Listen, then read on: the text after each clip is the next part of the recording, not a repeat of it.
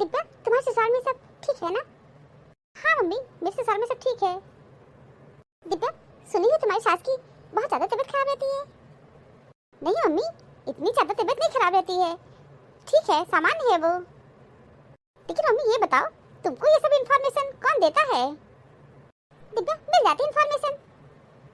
तुम भी ना मम्मी प्रपंच में बहुत रहती हो, और मैं तो तुमसे यही कहूँगी, प्रपंच मत रहा करो। दिव्या, हम प्रपंच नहीं करते हैं, एक दूसरे की जीवन की आप बीती बातें होती है। आप बीती बातें करना प्रपंच नहीं होता है। और तुम मेरी बिटिया हो, तुम्हारे ससुराल में क्या हो रहा है मुझे जानकारी तो होना ही चाहिए। इससे बड़ी बात कि तुम क्या कर रही हो ससुराल में, मुझे ये भी तो जानकारी होना चाहिए। तुम 20 दिन से यहाँ पे हो तो बच्चों को भी नहीं लाई हो, तो मैं बहुत परेशान हूँ ये सोच के कि तुम इतने दिन पहले क्यों चली आई, और तुम्हारी सास भी, उनकी तबीयत नहीं ठीक है, यही मैं कहना चाह रही हूँ। क्या मम्मी, तुम भी ना मुझे सुकून से यहाँ 20-25 दिन रहने नहीं देना चाहती हो? दिव्या, रहो ना, तुम्हारा मायका है बिटिया, मैं कब मना कर रही हूँ कि तुम यहाँ मत रहो, बिल्कुल रहो। दिव्या, बस मुझे ये लगा कि तुम्हारी सास की तबीयत नहीं ठीक है और तुम बच्चों को भी वहीं छोड़ के आई हो, उन्हीं लोग के मत्थे, वो कितनी परेशान होती होंगी, और तुम यहाँ कितने चैन से हो, तनिक भी तुमको कोई प्रॉब्लम नहीं होती है, और बच्चों के बगैर तुम कैसे रह लेती हो, मुझे तो बहुत आश्चर्य हो रहा है। मम्मी, तुम चाहती हो चले जाए क्या? मेरे बच्चे हैं ना, हमको फिक्र नहीं है, और तुम नानी हो के बहुत ज्यादा चिंता कर रही हो। क्या जरूरत है तुमको चिंता करने की? मेरी चिंता नहीं कर रही हो, अपनी बिटिया की। मैं यहाँ आके बैठी हूँ, मेरी चिंता नहीं कर रही, मेरे बच्चों की चिंता कर रही है। अरे मेरे बच्चे चैन से है ना। मेरे बच्चों को वहाँ पे सब हल्लो हल्लो करता रहता है, मेरे बच्चे बहुत खुश हैं। मैं कह रही थी कि चलो मेरे साथ, बोले नहीं मम्मी, मैं नानी घर नहीं जाऊँगा। अरे मम्मी, जबरदस्ती ले आते, घसीट के ले आते, और वैसे भी मम्मी यहाँ आ जाते कितनी उधमबाजी करते हैं, मेरे बच्चे बहुत नॉटी हैं, तुम देखती हो ना कितना तोड़ फोड़ करते हैं, और तनिक भी तमीज़ नहीं है मेरे बच्चों को। मम्मी सच्चाई तो ये है, मम्मी मेरे बच्चे वहीं पर हैं, मैं खुश हूँ, और मैं भी चैन से यहाँ पे रह सकती हूँ। मम्मी जी, आप नाश्ते में क्या लेंगी? गार्गी, जो तुम्हारा मन हो ले आओ। मम्मी जी, दलिया बना के ले आए। आओ गार्गी, दलिया तो बहुत अच्छा है। ठीक है मम्मी जी, मैं अभी तुरंत ला रही हूँ। मम्मी देखो, भाभी को तनिक भी तमीज नहीं है, एक बार भी हमको नहीं पूछी कि दीदी आपको भी दलिया ले आए। अरे दिव्या, दलिया तो तुम्हारे लिए भी ले आएंगी, और इसमें पूछने की क्या बात है, दलिया तो बहुत पौष्टिक होता है, और देख लेना वो तुम्हारे लिए भी ले आएंगी। और तुम्हारी भाभी हमेशा तो ऐसे ही करती है, और ऐसा तो हो ही नहीं सकता है कि तुमको नाश्ता न दे। लेकिन जो भी हो मम्मी, तुम भाभी को इधर सर पे चढ़ा के रखी हो, आगे तुम ही भोगोगी, देख लेना। लेकिन अब तुमको भी क्या कहे, बुढ़ापे में तुम्हारा दिमाग खराब हो गया है। मम्मी बहू को बहू की तरह रखना चाहिए, लेकिन तुम बहू को लवंडिया बना के रखी हो। अच्छी बात है मम्मी, अब तुम्हारी बुद्धि भ्रष्ट हो गई है। तुमको कितनी बार समझाए थे मम्मी कि बहू को बहुत दबा के रखना चाहिए, लेकिन नहीं, तुम खुला छोड़ दी हो। क्या छोड़ दिया है दिव्या, क्या छोड़ दिया बताओ जरा। वाह मम्मी, तुमको तो कुछ तो दिखाई दे रहा है, न सुनाई दे रहा है, और न ही समझ में आ रहा है। जींस पहनाई हो, जींस पहना के घुमा रही हो। अरे बहुओं को साड़ी पहनाना चाहिए, लेकिन साड़ी का पल्लू पता नहीं कहाँ है। अब ठीक है मम्मी, ठीक है, तुम्हारा घर है, तुमको जो करना है करो। क्योंकि मम्मी हमको लगता है तुम भाभी के बस में हो गई हो, और भाभी जो तुमको कहती है वही तुम करती हो। तुम्हारा अपना दिमाग तो है नहीं, भाभी के दिमाग से चलती हो। दिव्या, मुझे क्या नफसना बोल रही हो? जब से बैठी हो फालतू का बकवास कर रही हो। वाह मम्मी, बहुत जल्दी मिर्ची लगता है तुमको, सच कड़वा होता है ना। तुमको तो सच्चाई समझ में आ नहीं रहा है, न दिखाई दे रहा है। तुम्हारा दिमाग खराब हो गया है मम्मी, एकदम दिमाग खराब हो गया है। बीपी का दवा खा रही हो कि नहीं? हाँ, मैं सब खा रही हूँ, समझ गई। हाँ, थोड़ा कम बोला करो, अच्छा लगेगा। तुम कुछ ज्यादा नहीं बोलने लगी हो? अच्छा मम्मी, सही बात बोलो, तो हम ज्यादा बोल रहे हैं, हम ज्यादा नहीं बोल रहे हैं। दीदी आपका दलिया है, और मम्मी आपका दलिया है। भाभी दिखाई दे रहा है, हम अंधे नहीं हैं, बहुत बड़ा काम किए हैं, पता है हमको, दलिया बना के लाई हैं। नहीं दीदी, दलिया बनाना कोई बहुत बड़ा काम थोड़ी ना होता है। अरे भाभी, यहाँ 2 कटोरी रखा हुआ है, ये तो कॉमन सेंस की बात है ना।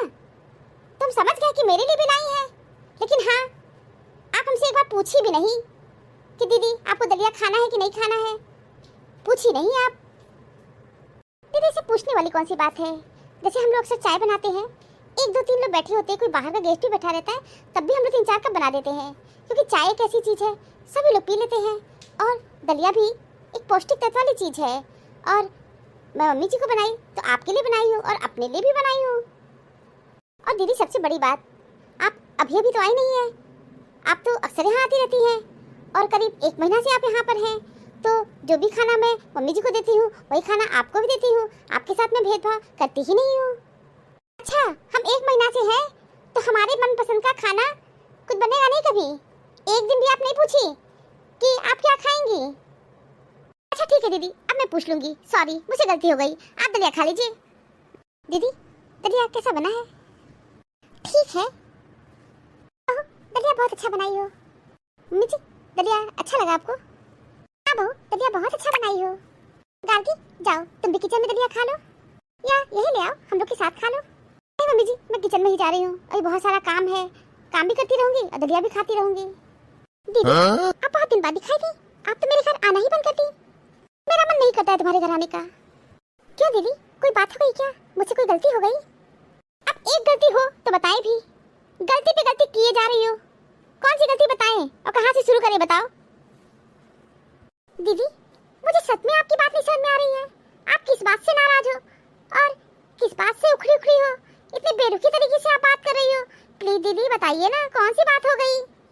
बिमला हम शादी करवा के फंस गए, समझ लो फंस गए बुरी तरह। शादी मेरे गले की फांस बन गई, क्या सोच के करवाए थे और क्या हो रहा है। दीदी लेकिन बात क्या हो गई? दिव्या तो वहाँ बहुत खुश है। हाँ हाँ दिव्या तो तुम्हारी खुश होगी ही, मजे हैं, अच्छे दिन हैं उनके। दीदी प्लीज बताइए बात क्या हो गई, हमें आपकी बात समझ में नहीं आ रही है, आप गोल गोल बातें मत करिए, साफ साफ बताइए कौन सी बात हो गई, क्या कहना चाहती हैं? बिमला हम ये कहना चाहते हैं, क्या संस्कार दी अपनी बिटिया को? मेरी जान पहचान की शादी थी, मेरी दूर की रिश्तेदारी थी, बहुत सोच समझ के करवाए थे कि किसी घर बर्बाद न हो, लेकिन तुम्हारी बिटिया उस घर को बर्बाद कर दी। हमेशा लड़ाई झगड़ा करना, किचन का काम नहीं करना। अब मतलब हम क्या क्या बताएं, हमको तो समझ ही नहीं आ रहा है, हम कहाँ से शुरू करें और कहाँ पे इस बात का अंत होगा? अंत तो होगा ही नहीं। अच्छा बिमला ये बताओ तुम्हारी बिटिया कितने दिन से तुम्हारे पास है? दीदी 1 महीना तो होने वाला है। तुमको पता है उनकी सास की कितनी तबीयत खराब है? लेकिन दीदी दिव्या तो कह रही थी मेरी सास बिल्कुल ठीक है। तुम्हारी दिव्या 1 नंबर की झुट्टी है, झुट्टी। बोलना तुम्हारी बिटिया की फितरत है, तीन तिक्रम करना उसकी आदत बन गई है, बस तो कभी बोलती ही नहीं है। उनकी सास की बहुत ज्यादा तबीयत खराब है और दिव्या की नंदे वहाँ पे आई है। जब तुम्हारी बिटिया को ये पता चला कि नंदे आ गई है, तुरंत बैग वैग पैक की भागी। और नंदे बोली कि भाभी आप क्यों जा रही हो, मम्मी की तबीयत नहीं ठीक है, आप मत जाइए। तो जानती तुम्हारी दिव्या क्या बोली? बोली आप लोग आ गई है ना, आप लोग सेवा करिए, आपकी माँ है, आप सेवा नहीं करेंगी क्या? अब बच्चों को छोड़ करके चली आई। हस्बैंड भी कह रहे थे कि मम्मी की तबीयत नहीं ठीक है, मत जाओ मत जाओ, लेकिन नहीं, किसी का कहा तो सुनती ही नहीं है, अपनी मनमानी करती है। तुम्हारी बेटा बताई नहीं क्या?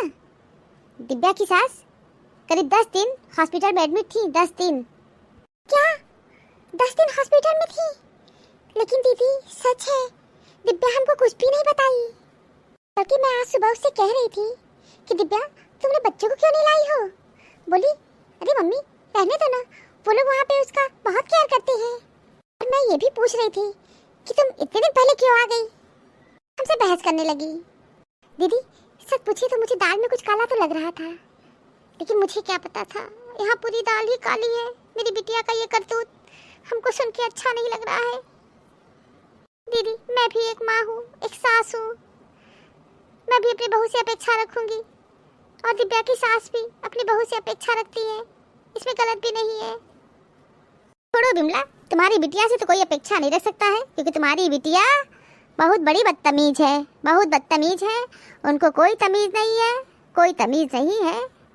तुम संस्कार जो दी हो तुम्हारी बिटिया वही सीखी है। ऐसा मत कहिए दीदी, हर माता पिता अपने बच्चों को अच्छा संस्कार देते हैं, अब बच्चे ही उजड़ हो जाए तो माता पिता क्या करें? ऐसा माता पिता को दोष देना ठीक नहीं है। तो ठीक है, तुमको अपनी दिव्या से पूछना है तो पूछ लो कि तुम्हारी सास की तबीयत ठीक है कि नहीं? कौन कौन सी बात बताएं? हमको तो बहुत शर्म आ रही है। समझ लो, दिव्या की सास को घुटने में इतनी तकलीफ है, इतनी तकलीफ है, चल नहीं पाती है। लेकिन क्या बताएं, तुम्हारी बिटिया मजाल है कि अपनी सास की तकलीफ को समझे। तुम्हारी बिटिया बहुत बदतमीज है, बहुत। सबसे कमी है तुम्हारी बिटिया में कि किसी की सुनती ही नहीं है, हमेशा अपनी मनमानी करेगी। कि ननद एग्जाम देने आई थी, माँ के पास पड़ी है, माँ की सेवा कर रही है। हमारी बिटिया महारानी अपने मायके में पड़ी है। दीदी कहिए तो मैं दिव्या की सास को देखने चलूं। विमला क्या पागल वाली बात कर रही हो? आगे अपनी बिटिया को भेजो, समझ गई? मैं तुम्हारी उस घर की बहू है। हाँ दीदी आप बिल्कुल ठीक कह रही हैं, मैं दिव्या को तुरंत भेजती हूँ। नहीं तो अगर तुम्हारा मन है तो रक्षाबंधन तक रोक लो। नहीं दीदी मैं उनको रोकूंगी नहीं। रक्षाबंधन आज है क्या कि कल है? अभी बहुत दिन बचा है। रक्षाबंधन को दिव्या आ जाएंगी, नहीं तो दिव्या के भाई उनके ससुराल चले जाएंगे। मैं समझती हूँ दिव्या को अभी ससुराल में रहना चाहिए। दीदी चलिए घर में चाय पी लीजिए। नहीं मेरा मन नहीं है चाय पीने का।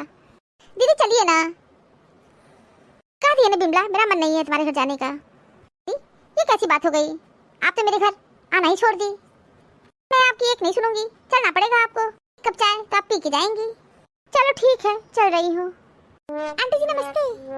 नमस्ते। प्रणाम आंटी जी। बहू दिव्या बड़े चैन से बैठी हूँ यहाँ पर। हाँ आंटी जी मेरा मायका है और अपने मायके में चैन से नहीं रहूंगी तो और कहाँ रहूंगी? क्यों तुम्हारा ससुराल जेल खाना है क्या? वहाँ पे भी तो इतनी आज़ादी से रहती हो, जो मन करता है वो करती हो। तो तुम यहाँ 1 महीने से यहाँ क्यों पड़ी हो? अरे आंटी जी आप तो बहुत अजीब बात कर रही हो। मेरा मायका है और अपने मायके में 1 महीना रहूँ 2 महीना रहूँ, मेरी मर्जी। अच्छा तो तुम अपनी मर्जी से रह रही हो यहाँ पर? हाँ आंटी जी अपनी मर्जी से रह रही हूँ। दिव्या तुमको पता है तुम्हारी शादी कौन करवाया है? हाँ हाँ मुझे पता है, आप करवाई हैं। तो तुमको ये भी पता होगा कि तुम जो वहाँ पे करती हो ना, मुझे सब पता है, सब पता है। अच्छा तो लगाने बुझाने का काम आप ही करती हैं? बात उधर इधर का बात उधर करती हैं, सारा तिकड़म आप करती हैं। आपको ये 3 तेरा करने में मजा भी आता है। दिव्या तमीज से बात करो, हम तुम्हारी माँ नहीं है कि तुम्हारी उल जुलूल बातें बर्दाश्त कर लेंगे। नंबर की बदतमीज हो, बदतमीज। जो वहाँ पे तुम करतूत करके आई हो ना, सब पता है हमको। नाक में दम कर रखी हो। यह सास वहाँ पे बीमार है, यहाँ पे मायके में रह के मटर गश्ती कर रही हो। इतनी कमी नहीं हो, अपने बच्चों को भी छोड़ के आई हो। तो बड़ों से बात करने का तमीज ही नहीं है। माँ की वजह से उस घर में शादी करवा दिए। मुझे तो तुम्हारी शादी करवानी ही नहीं चाहिए थी। तो शादी करवाई थी तब तलाक करवा दीजिए। ऐसे क्यों करी तलाक करवाने को? जाओ जहाँ तलाक देना है वहाँ बात कर लो ना। जाई दिखा रही हो और बदतमीजी पे उतारू हो गई हो, तो जाओ ये भी कर लो जो करना है तुमको। हमसे कुछ मत कहो, वही बोलते हैं जो सच है। मेरी सास 10-15 दिन हॉस्पिटल में एडमिट थी, उनकी इतनी तबीयत खराब है और तुम क्या किए हो पता है तुमको? हाँ हाँ हमको पता है हम क्या किए हैं। आंटी से इस तरह बदतमीजी से बात मत करो, समझ गई? काम करो, अपना बैग पैक करो, अपने ससुराल जाओ। क्या मम्मी दूसरों की बातों में आकर के आप हमारे साथ इस तरह व्यवहार कर रही हो? कौन दूसरा कौन तीसरा? मैं तुमको तुम्हारे ससुराल भेज रही हूँ ना, जाओ अपने ससुराल, तुम्हारे छोटे छोटे बच्चे हैं। मम्मी कुछ दिन मुझे और यहाँ रहने दो। नहीं बेटा तुम्हारी सास की बहुत ज्यादा तबीयत खराब है, इसलिए तुम अपने ससुराल जाओ। क्या मम्मी तुम भी आंटी की बातों में आकर के हमको अभी ससुराल जाने को कह रही हो? कुछ दिन यहाँ और रहने दो ना मम्मी। मम्मी तुम मेरी माँ हो, मेरी दुख तकलीफों क्यों नहीं समझ रही हो? क्या सच तो ये है तुमको कोई दुख ही नहीं है, और ये जानबूझ के टेसुआ मत बहाओ। तुम्हारा टेसुआ बहाने से मेरा मन पिघलने वाला नहीं है। हेलो हाँ बेटा बोलो क्या हुआ? नानी मम्मी को भेज दो, मम्मी के बगैर नहीं अच्छा लग रहा है। नानी हमको मम्मी छोड़ के चली गई और हम कह रहे थे मम्मी हमको भी ले चलो नानी के घर, बोली नहीं तुमको नहीं ले चलेंगे। नानी मम्मी हमारा फोन भी नहीं उठा रही है, भी फोन करते हैं तो कहती है बार बार हमको फोन मत किया करो। बताओ नानी अपनी मम्मी को फोन नहीं करेंगे तो किसको करेंगे? इसलिए नानी डर के मारे मम्मी को फोन नहीं किए हैं। मम्मी बोली कि अब हम नहीं आएंगे, प्लीज नानी मम्मी को भेज दो। हाँ बेटा तुम्हारी मम्मी जा रही है, तुम परेशान मत हो और रोना बंद करो। तुम मम्मी के साथ रक्षाबंधन वाले दिन जरूर आना। हाँ नानी रक्षाबंधन वाले दिन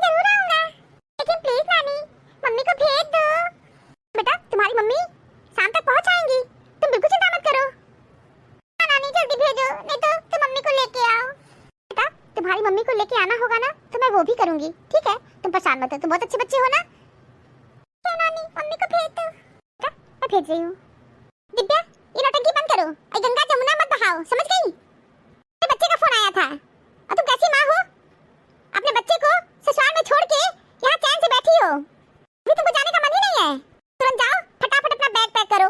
यहाँ 1 मिनट भी नहीं रह सकती हो। तुमको आना ही था तो अपने बच्चे को भी ले आई होती, लेकिन नहीं, बच्चे को भी वहाँ पे छोड़ दियो। सास बीमार है, उनकी सेवा तुम्हारी ननद कर रही है और तुम्हारे बच्चे को भी देख रही है। कुछ नहीं जानते हैं? तुम फटाफट बैग पैक करो और ये रोना धोना बंद करो। और तुम्हारे रोने धोने से हमारा कलेजा नहीं पिघलने वाला है, हमको तनिक भी असर नहीं होगा। ठीक है मम्मी, हम जान गए हैं, तुम्हारा दिल पत्थर का हो गया है। आंटी, ये सारा आग लगाया हुआ आपका है। दिया, हम आग नहीं लगाए हैं, बल्कि तुम्हारे घर में आग न लगे उसको बचाने की कोशिश कर रही हूँ। एक अच्छी बहू तो नहीं बन पाई, एक अच्छी माँ बनने की कोशिश करो। मेरा बच्चा तुम्हारे लिए परेशान है, जाओ अपने ससुराल जाओ। तुमको चले क्या छोड़ने के लिए वहाँ? मम्मी, इतना आसान मत करो, हम जैसे आए थे ना वैसे चले जाएंगे। ठीक है मम्मी, दूसरे कहे पे चलो। हम तो जानते हैं तुम्हारे पास अपना खुद का दिमाग तो है ही नहीं। मम्मी ने गोबर भरा है, गोबर। मम्मी अब जा रहे हैं, रक्षाबंधन को भी नहीं आएंगे, देख लेना। बेटिया, जो करना होगा तुम करना, लेकिन फिलहाल अभी तुम जाओ। मम्मी जा रहे हैं। धक्का देके निकालोगी क्या? आंटी को देखो कैसे मुस्कुरा रही है, बहुत मजा आ रहा है। भाभी, आप भी तो अच्छी हार रही हैं, खुश हो जाइए।